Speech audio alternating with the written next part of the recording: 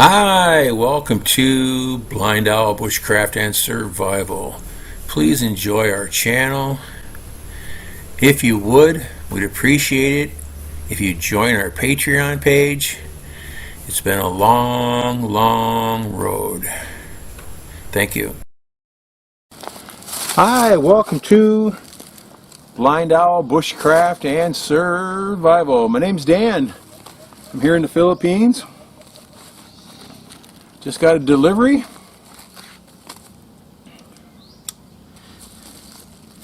Always like that.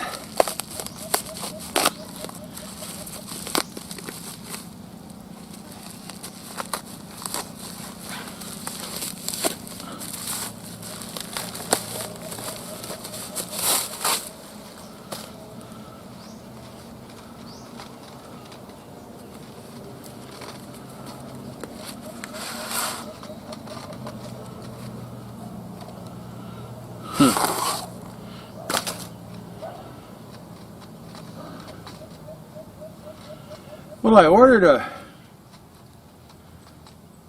a knife off of Lazada, which is usually a sketchy proposition.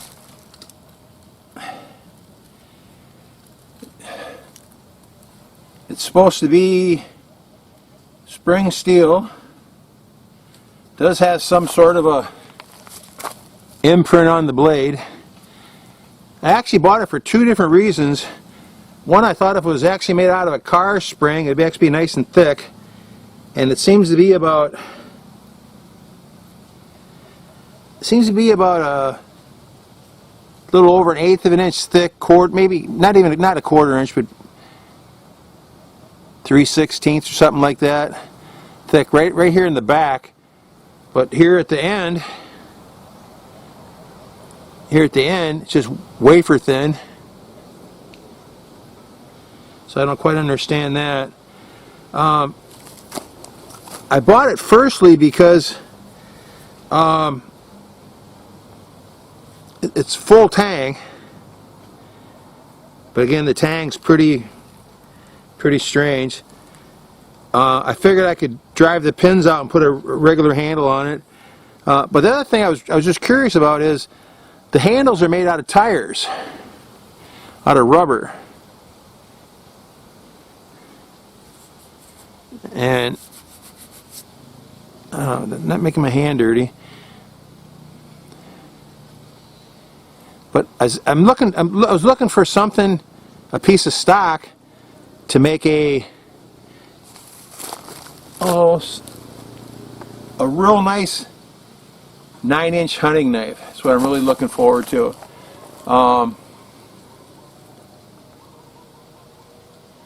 There's no way to tell if this is spring steel that I know of, except for using it.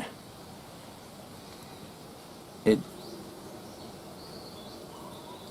does have a little edge on both sides, it looks like. It's as dull as a butter knife.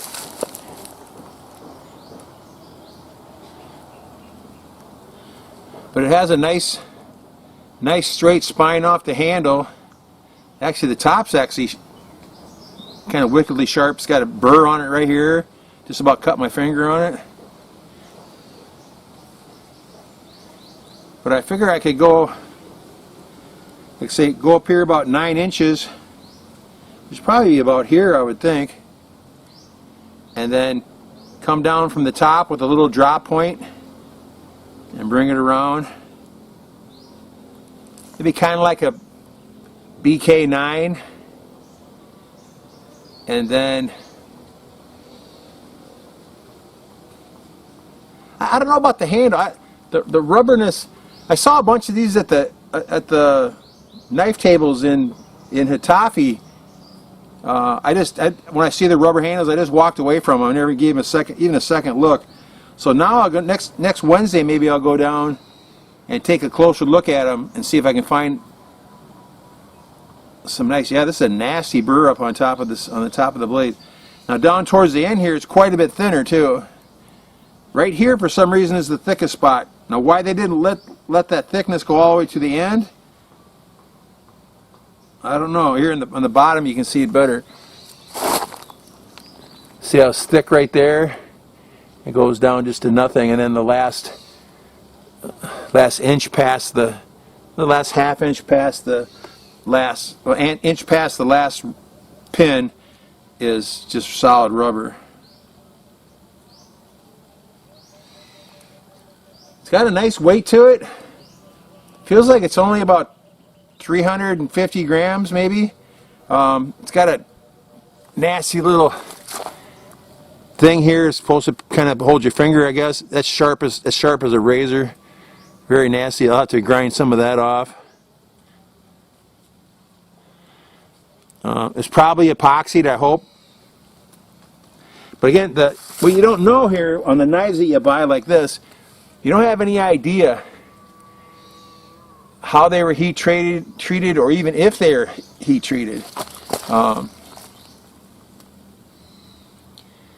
It's all kind of a dark metal gray, or whatever you want to call it. That could be from the heat treating. And then the edges ground off of it.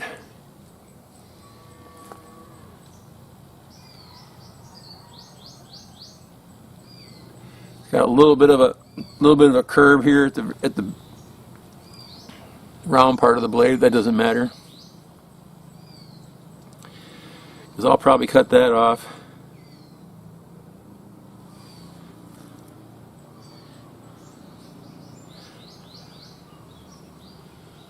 Yeah, it's got a good feel to it. I think what I'll do is I'll take it down to the shop tonight, and I'll sketch on it maybe what I want it to look like, because I don't need this part of the belly down here too much. I like it to be kind of straight, and then just be a drop point would be my goal. Or I could let it go a little bit wide like it is here, and then put a drop point about here, something like that. I usually look at the knife for about an hour and feel it and stuff, and I'll weigh it and see how much it weighs. I'll film all that from the shop.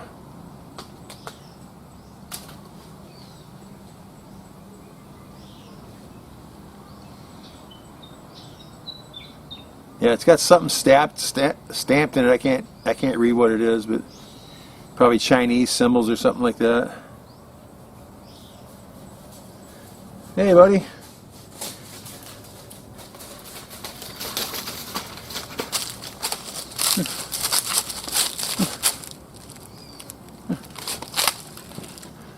Good boy.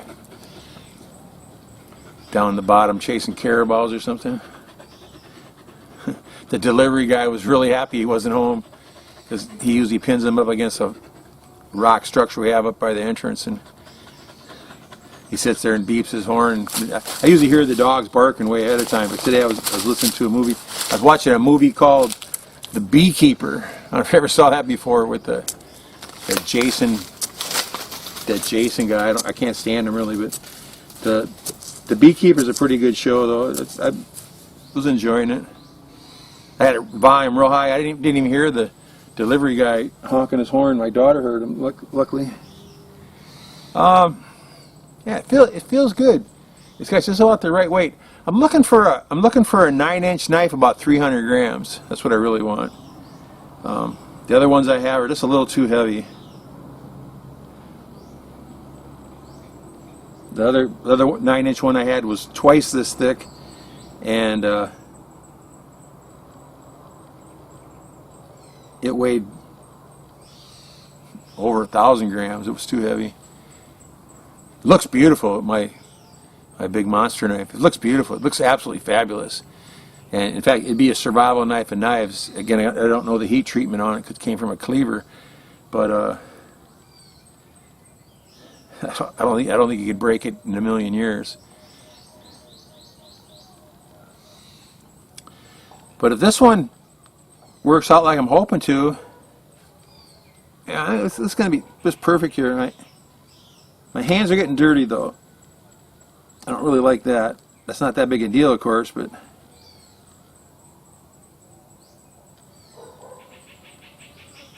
Yeah, it needs a nice, what it needs is an antler handle on it. It's what it needs to be a premium knife for me.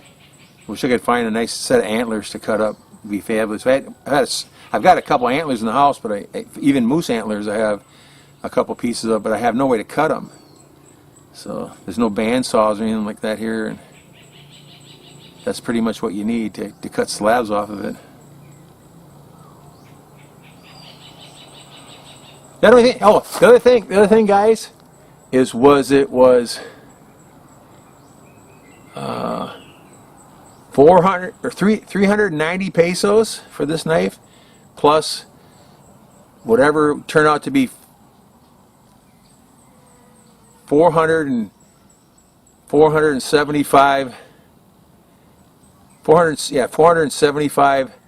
pesos, which is cha-ching, cha-ching, under $10. So if it's halfway decent steel for $10, I can spend some time having fun. I like doing the handles anyway. I'll drive these pins out and make some sort of wood handle for it.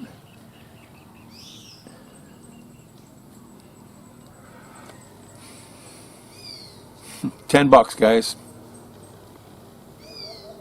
for a Bolo, and that's a 13 or 14-inch blade from Lazada. You guys could probably order them from back home. Lazada. Shipping might be a little more than $2. Might cost you $10 shipping to get it sent home, but probably worth your while. I send you guys all a knife. So I got 25 knives inside that I've made now from other knives, and I'd send every one of them home. Just give them away just for the fun of it, because I only have a couple that I'm ever going to keep that I use. But you're not allowed to ship a knife out of the Philippines.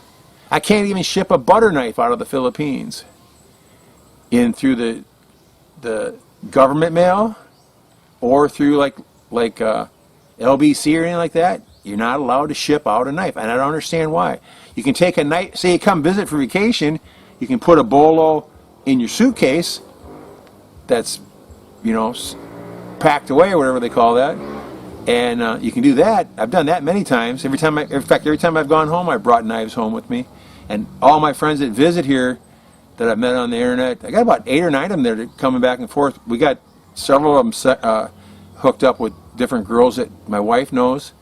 And they're coming back and forth just to visit, and eventually when they're all in their late 50s, so they're waiting until they're 62, and then they're all going to come over here and retire.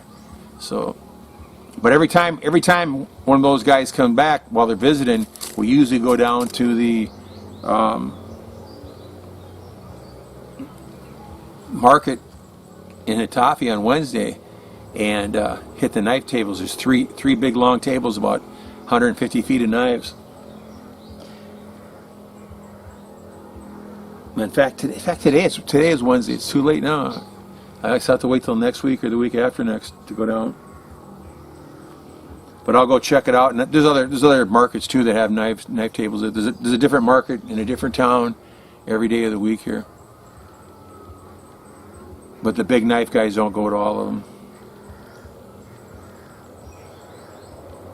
So that's all I got, guys. I'm sorry for rambling on. I'm just picturing this knife in my head here.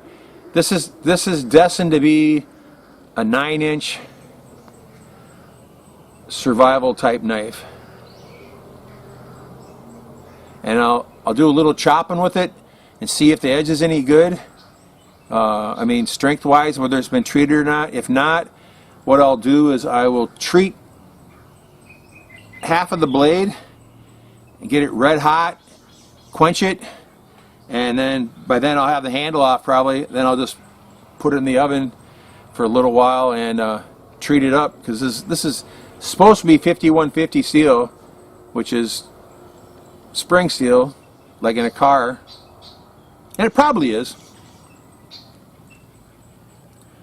They call it Molly here, Malloy or something like that. That's what they call it here, but it's Molly steel is what they call it. How it's spelled, M-O-L-L-Y.